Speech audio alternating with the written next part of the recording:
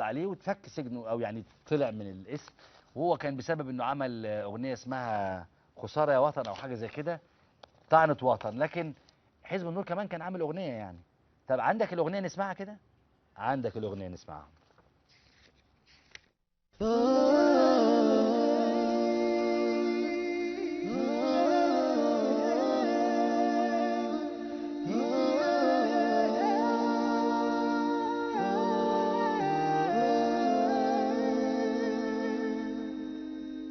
يا رب ريس بكرة تعيد والمجد يرجع زي سنين، أجيب دعاء قلب الملايين يكون قوي على الأرض أمين.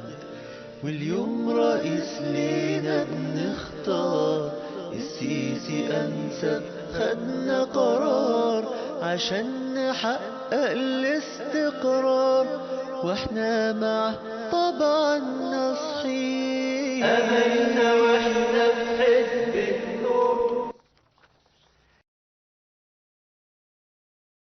يعني رداءة في اللحن، رداءة في الكلمات، رداءة في الأداء، ويعني ملمسة على أغنية يا بلادي يا بلادي، مهمسة في بليغ حمدي، مغمسة في أداء حتى العيال الشباب اللي غنوا يا بلادي يا بلادي المحترمين. يعني بص وبدء، وبص النحنحة. يا أخي سبحان الله والله، يا أخي المرء على دين خليله زي ما قالوا. يعني بالظبط الناس شبه يا بليه